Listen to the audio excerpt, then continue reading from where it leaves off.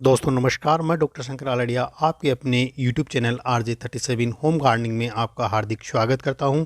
और आज आपके लिए बहुत ही ख़ास टॉपिक कि गुलाब का जो पौधा है उस पे ज़्यादा से ज़्यादा मात्रा में फूल कैसे लाएं या कैसे उस पे आएँ, तो उसके लिए अपन इस पर बात करेंगे।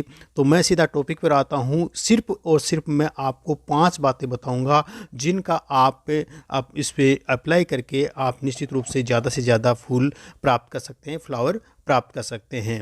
नंबर 1 बात कि समय पर उसकी गुड़ाई की अथवा नहीं, यानी आपको टाइमली उसकी गुड़ाई करनी होती है। यानी 1 इंच की जो मिट्टी होती है ऊपर की, उसको बार बार यानी सप्ताह में 1 बार आपको उसको गुड़ाई करनी होती है, जिससे कि उसका जो लेवल है वो बना रहे। और निश्चित रूप से वो गुड़ाई आप करेंगे तो ये पौधा आपके अच्छी ग्रोथ देगा। नंबर 2 बात करें कि खाद अथवा जिसे अपन कंपोस्ट कहते हैं, तो उनको 2 भागों में आप देख सकते हैं। एक होती है सॉलिड कंपोस्ट और एक होती है लिक्विड कंपोस्ट। दोनों ही कंपोस्ट की इस पौधे को ज़रूरत होती है।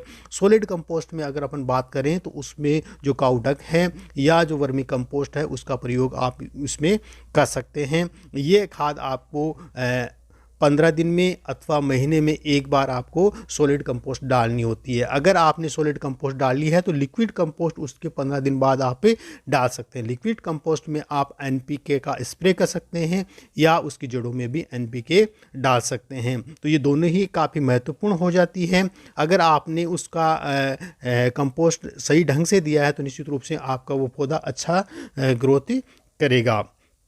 तीसरी बात करें कटिंग की, यानी गुलाब के पौधे की एक महत्वपूर्ण विशेषता ये होती है कि उसकी अगर अपन कटिंग नहीं करें, टाइमली अपन उसकी कटिंग नहीं करें तो वो अपनी फ्लावरिंग नहीं कर पाता है या नहीं दे पाता है। इसलिए अपने को उसकी कटिंग बहुत ही मायने रखती है। उसको भी अपन 2 भागों में बांट के देखेंगे। एक तो होती है सॉफ्ट कटिंग और एक होती है हार्ड कटिंग। सॉफ्ट कटिंग जो कि 15 से 20 दिन में अपने को करना होता है। जब उसके फ्लावरिंग आ जाती है या फ्लावरिंग मुरझा जाती है तो उसको ऊपर से अपने को कट कर देना होता है और उसके बाद में उसके नए फूल या नई जो कुपल उगती है या नई लीव्स उगती है उस पर वो फ्लावर आने शुरू हो जाते हैं। और हार्ड कटिंग की बात करें तो जब सीजन या तो शुरू होता है और या सीजन के आफ्टर सीजन, उसके बाद में अपने को उसकी हार्ड कटिंग करनी होती है। हार्ड कटिंग 2 से 3 महीने के में की जाती है। जब उसके फ्लावरिंग ऑफ हो जाते हैं तो उसके बाद में उसकी हार्ड कटिंग कर दी जाती है और उस पर जो नई लीव्स उगेगी या नई लीव्स ग्रो करेगी उसके ऊपर अच्छे फूल अपने को नज़र आएंगी। तो ये दोनों ही बातें काफ़ी महत्वपूर्ण होती है। उसके बाद में अगर अपन चौथी बात करें तो वाटरिंग की, कोई भी पौधा है उसको पानी देने का सही समय क्या होता है वो आपको ध्यान में रखना होता है। ये आपको हमेशा ध्यान रखना चाहिए कि कोई भी पौधा है उसको पानी देते हैं तो इवनिंग टाइम में ही अपने को उसमें पानी देना होता है, जिससे कि उसमें हमेशा रात्रि तक नमी या मॉइस्चर उसमें बना रहे।